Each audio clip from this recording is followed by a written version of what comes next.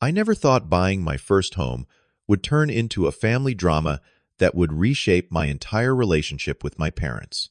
After years of saving, I finally had enough for a down payment on a modest three-bedroom house in a good neighborhood. I deliberately kept it secret from my family until after closing, wanting to savor the achievement on my own terms. When I finally told my parents, their response floored me. "Great. Now your brother will have a home office and his kids will have more space." I was speechless. If you have ever had family members try to take advantage of your success, let me know where you are watching from. Hit that like button and subscribe for more stories about standing up for yourself. I grew up in a middle-class family in suburban Minnesota, the oldest of two boys. My parents, Tom and Linda, were hard-working people who provided a stable childhood for my brother Jackson and me. On the surface, we looked like the perfect American family, but beneath that facade lay a dynamic that would shape my entire adult life, a clear pattern of favoritism toward my younger brother. Jackson was always the golden child.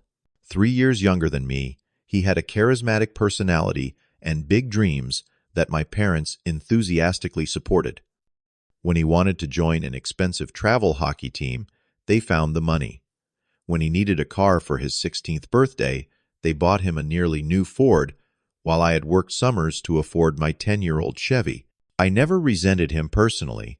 For this, he was just playing the cards he was dealt, but the pattern became increasingly difficult to ignore as we grew older.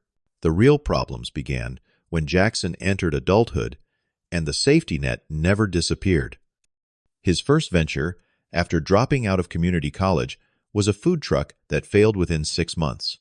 My parents refinanced their house to cover his $30,000 debt. Next came a string of jobs he would quit because they stifled his creativity, followed by periods where my parents would cover his rent. By the time he was 27, he had accumulated nearly $50,000 in credit card debt, which my father paid off by dipping into his retirement savings. Meanwhile, I took a different path. I studied computer science at the State University, working part-time throughout to minimize my loans. After graduation, I landed a solid job at a software company and focused on building financial stability. For 6 years, I lived in a tiny one-bedroom apartment with second-hand furniture, putting away as much of my salary as possible. I drove the same car I had in college until it finally gave up. I brown-bagged my lunch when colleagues ordered delivery. Every decision was made with homeownership in mind. The final catalyst that pushed me to buy a house was Jackson's divorce last year.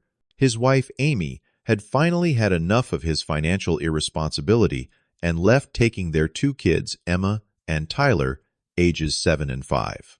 The divorce left Jackson temporarily homeless, and predictably, he moved back in with our parents. What was supposed to be a 2-week stay had stretched into 10 months with no end in sight. During this time, my parents constantly hinted that I should help out financially. "Your brother is going through a tough time," my mother would say during our weekly phone calls. "Maybe you could help with his lawyer fees. You must have savings." I deflected these requests, having learned from experience that any money given to Jackson was money thrown away. When I finally reached my down payment goal this spring, I made a conscious decision not to tell my family until after the deal was done. In the past, whenever I shared good financial news, my parents found a way to redirect it toward Jackson's needs. If I got a bonus at work, they would mention Jackson's overdue child support.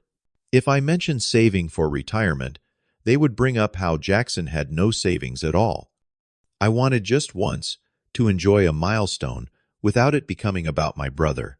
The house I found was perfect for me, a 3-bedroom Craftsman built in the 1970s in a good school district about 20 minutes from my office. Nothing fancy, but solid construction with a small backyard and a detached garage. The previous owners had maintained it well, and while the kitchen needed updating, eventually it was entirely livable as is.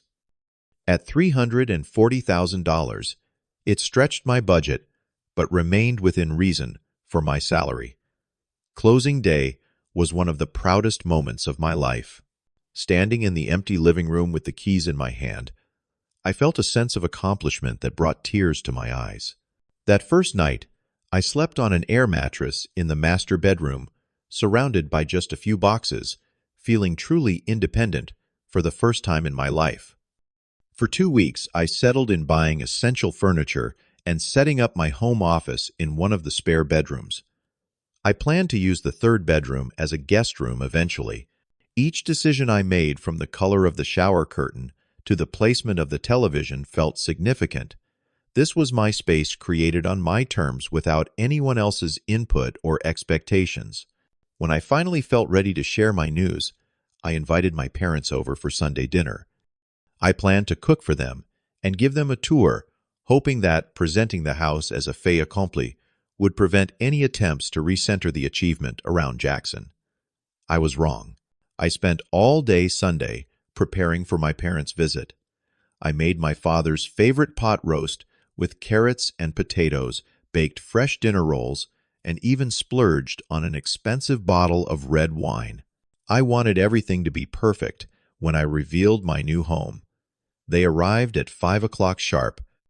My mother brought a store-bought apple pie, and my father carried a small houseplant as a gift. Their initial reactions seemed positive as they stepped into the front hallway. "Well, look at this," my father said, glancing around the living room with its freshly painted walls and new area rug. "Pretty nice place you got here, Oliver." My mother touched the granite countertops in the kitchen with approval. "This is lovely, sweetheart." "When did you do all this?" "I closed 2 weeks ago," I explained, unable to keep the pride from my voice. I wanted to get settled before showing it to anyone. "Come on, let me give you the full tour." As I showed them through the house, I noticed their expressions changing from surprise to something more calculating. They exchanged glances when I showed them the spare bedrooms, and my mother lingered in the larger of the two. "This would make a perfect room for Emma," she said thoughtfully. "The morning light is just right for a little girl." I laughed, thinking she was making a casual observation. Maybe someday when I have kids of my own. For now, it will be my guest room. We returned to the dining room, and I served dinner. As we ate, my father cleared his throat and put down his fork. "Son, your mother and I have been thinking, this is really great timing with your new house." "Thanks, Dad. I have been planning this for years. No, I mean for Jackson's situation." He continued eating, as if he had said something completely reasonable. "He really needs to get out of our place, and with 3 bedrooms here, you have plenty of space." I froze with my fork midway to my mouth. "What exactly are you suggesting?" My mother jumped in, her voice enthusiastic. "Jackson could move in here with Emma and Tyler. The second bedroom would make a perfect home office for him to do his freelance work, and the kids could take the third bedroom. They would not be in your way at all." The casualness with which they proposed this left me momentarily speechless. When I found my voice again, I kept my tone as even as possible. "I appreciate your concern for Jackson, but that is not going to happen. This is my house. I bought it for myself." My father's face darkened. "Do you realize your brother is sleeping on our sofa? The kids are crammed into your old bedroom with all their toys and clothes and boxes. They need stability." And I sympathize, but this is not the solution. Jackson needs to find his own place that he can afford. "On what money?" my mother asked, her voice rising. "You know he is still trying to get his graphic design business off the ground. He cannot afford rent in this market. That is not my problem," I said firmly, though my heart was racing. "I worked and saved for 6 years to afford this house. I am not turning it into a charity case for Jackson." Their tactics shifted quickly from suggestion to guilt. "After all we have done for you," my mother said, tears forming in her eyes. "We paid for your braces in high school. We helped with some of your textbooks in college." I nearly laughed at the disparity between these minor expenses and the tens of thousands they had given Jackson over the years, but I held my tongue. "And I am grateful for that," I replied. "But it does not obligate me to house my 30-year-old brother and his children." My father leaned forward. Family takes care of family, Oliver. This house is too big for just one person anyway. Think about all that empty space going to waste while your niece and nephew are cramped in our house. As the argument intensified, I noticed both my parents checking their phones repeatedly. My mother was clearly texting someone under the table. With a sinking feeling, I realized what was happening just moments before the doorbell rang. "Who is that?" I asked already, knowing the answer. My mother had the decency to look slightly embarrassed. "I may have mentioned to Jackson that we were having dinner at your new house." When I opened the door, there stood Jackson with Emma and Tyler beside him. My brother wore his usual disarming smile, the one that had talked him out of countless problematic situations throughout his life. The children pushed past me excitedly. "Uncle Oliver," Emma exclaimed. "Grandma said we might be moving in with you. Which room is mine?" Tyler was already running up the stairs. "I want to see my room too." I turned to Jackson, struggling to control my anger. Why would Grandma tell them that? Jackson shrugged, stepping inside without waiting for an invitation. "Mom said you bought a big house with extra bedrooms. It seemed like perfect timing, bro. I gave notice at my apartment yesterday." The realization hit me like a physical blow. "You what?" Without even talking to me first. Back in the dining room, my parents avoided my gaze as the children ran excitedly through the upstairs. "You promised him he could move in," I said flatly, "without asking me. In my house that I own. We knew you would want to help once you thought about it," my mother replied. "You have always been the responsible one." "That is exactly why I do not want Jackson living here," I countered. "Because I am responsible and he is not. Because every time he faces consequences for his actions, you two swoop in and save him." Jackson entered the dining room, helping himself to the food still on the table. "Come on, Oliver. It will be great. The kids love you, and I promise we will stay out of your way. Plus, I can help with utilities." "Like you helped with utilities at Mom and Dad's?" I asked pointedly. "Have you paid them a single dollar in the 10 months you have lived there?" An uncomfortable silence fell over the table. My father finally broke it. "Oliver, this is not a request. This is what family does. If you refuse to help your brother when you clearly have the means, then perhaps you need to reconsider what family means to you." My mother nodded in agreement.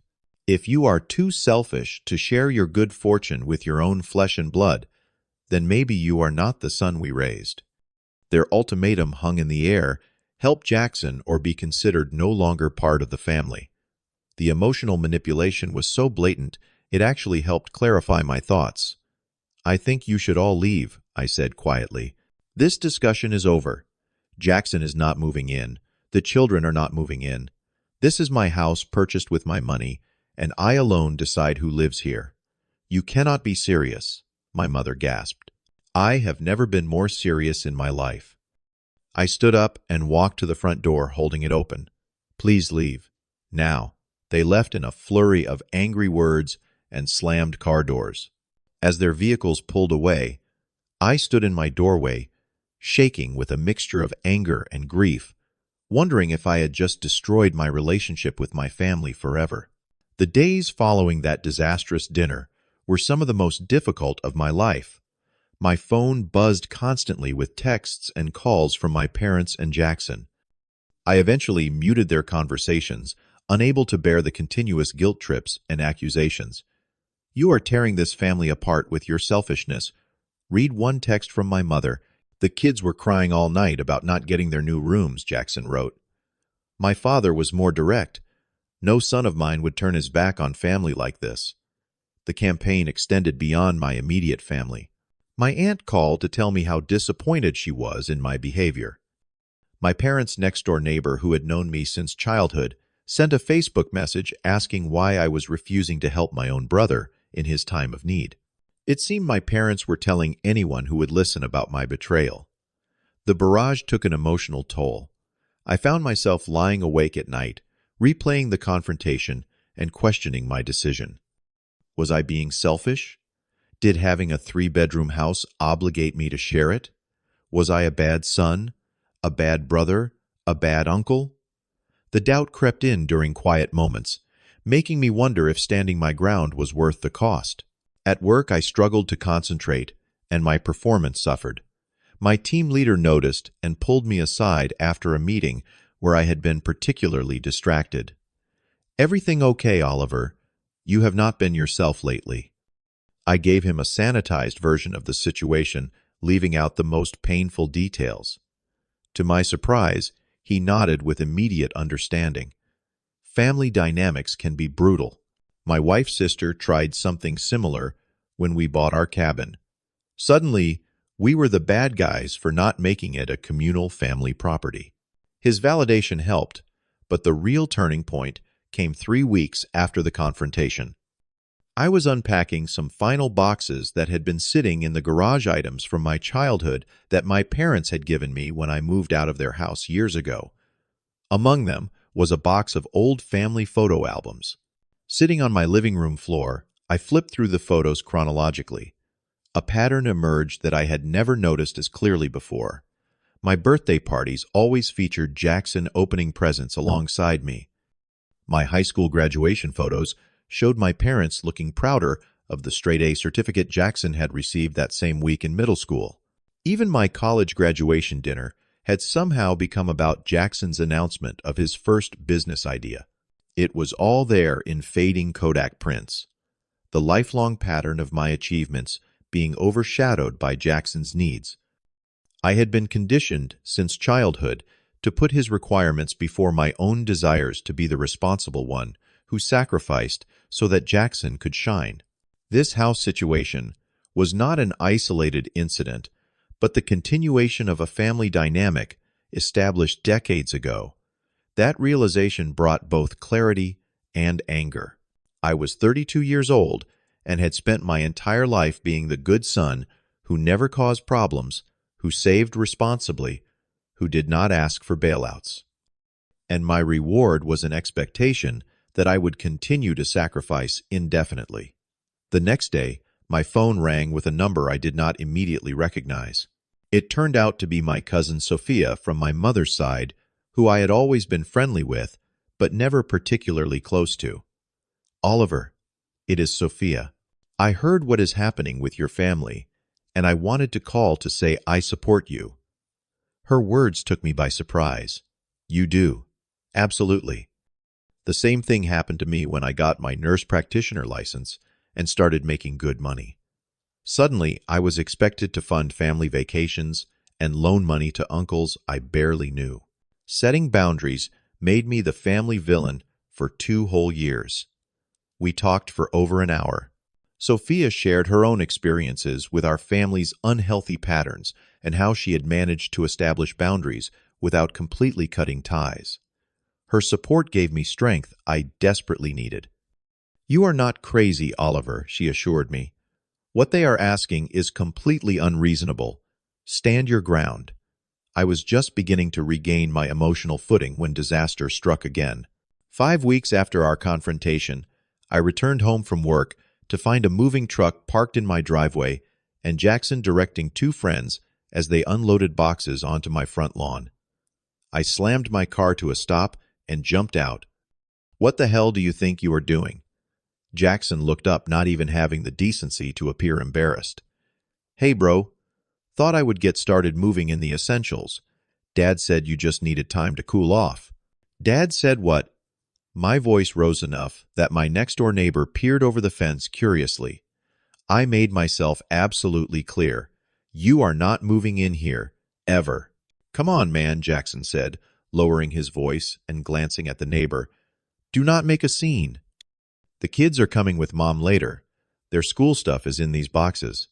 The audacity left me breathless. "Put everything back in the truck right now, or I am calling the police to report trespassing."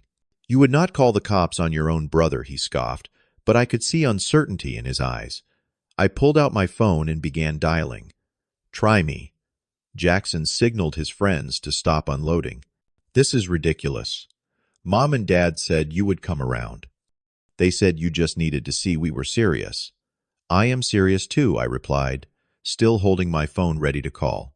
"Deadly serious. This is my house. I decide who lives here. Fine, he spat, but I already gave up my apartment. Where am I supposed to go? That is for you to figure out. The same way I figured out how to buy this house without anyone's help. As Jackson and his friends reluctantly began reloading the truck, he pulled a key from his pocket and dangled it in front of me with a smirk. By the way, Mom and Dad had this made for me. Said it would be easier than waiting for you to be home to let us in. My blood ran cold. They made you a key to my house without my permission. They figured once we were settled in, you would get used to the idea. I snatched the key from his hand, my mind racing. As soon as Jackson and his friends drove away, I called a locksmith and had every lock in the house changed. The next day, I installed a security system with cameras covering every entrance. That night, I received the call that I had been both expecting and dreading. My father's name flashed on my phone screen. With a deep breath, I answered. "You changed the locks," he said without preamble, his voice cold. "Yes, I did. After discovering you gave a key to my house to Jackson without my knowledge or permission, we are trying to help your brother, and you are acting like a selfish child." "I am acting like a homeowner protecting his property," I corrected him. "And this ends now. Jackson is not moving in here. Not today, not ever. If you cannot respect that boundary, then we have nothing more to discuss." My father's voice hardened. "If that is your choice, then you are no longer welcome in this family. Do not call your mother. Do not send birthday cards to your niece and nephew. You have chosen a house over your blood." The line went dead, and I sat in the silent living room of my new home, feeling both devastated and strangely liberated.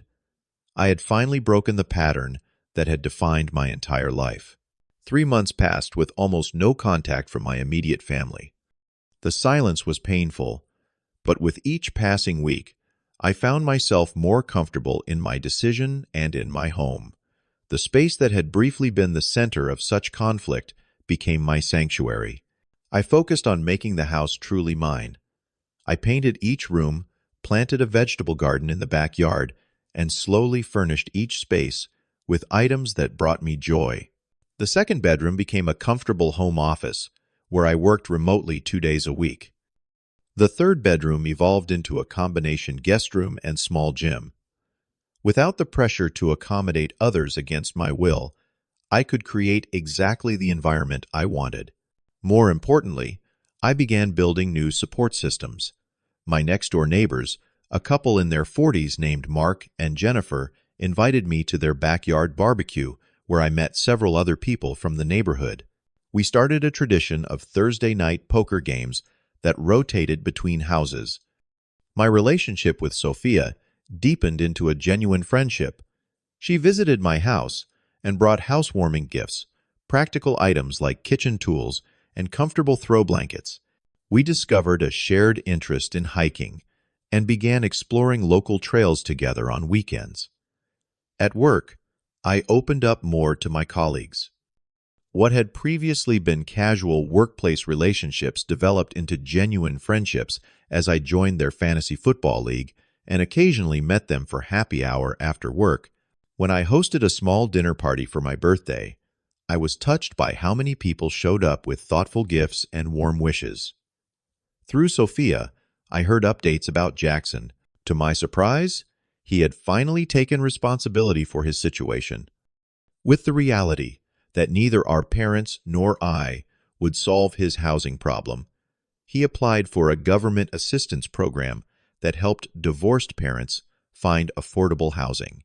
He secured a 2-bedroom apartment where the children could stay during his visitation weekends, and he found steady work as a graphic designer for a local printing company. Not the glamorous creative career he had envisioned, but stable employment with benefits.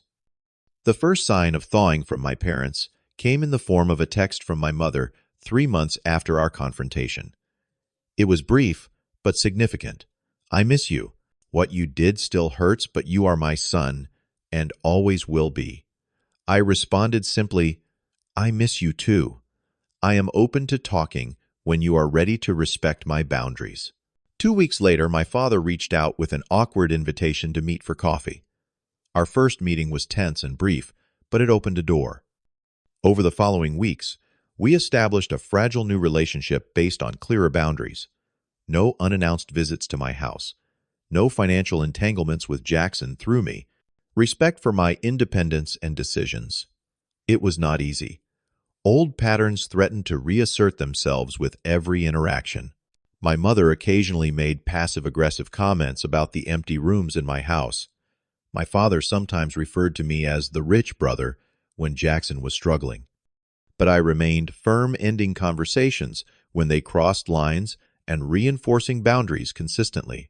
6 months after the original confrontation, I decided it was time to reclaim the joy that had been stolen from my home ownership. I planned a proper housewarming party on my terms. I invited my colleagues, neighbors, Sophia, and her husband, and after careful consideration, my parents. To my relief, they attended and behaved appropriately. They brought a reasonable housewarming gift, a set of wine glasses, made polite conversation with my friends, and left at a reasonable hour without drama. Jackson was not invited, which they accepted without comment. It was a small victory, but a significant one. As I continue building my life in this house, I often reflect on what this experience has taught me. I learned that family relationships should not come at the cost of your own well-being. I discovered that standing up for yourself is not selfish, but necessary for healthy relationships. Most importantly, I realized that while you cannot choose your blood relatives, you can choose the terms on which you engage with them.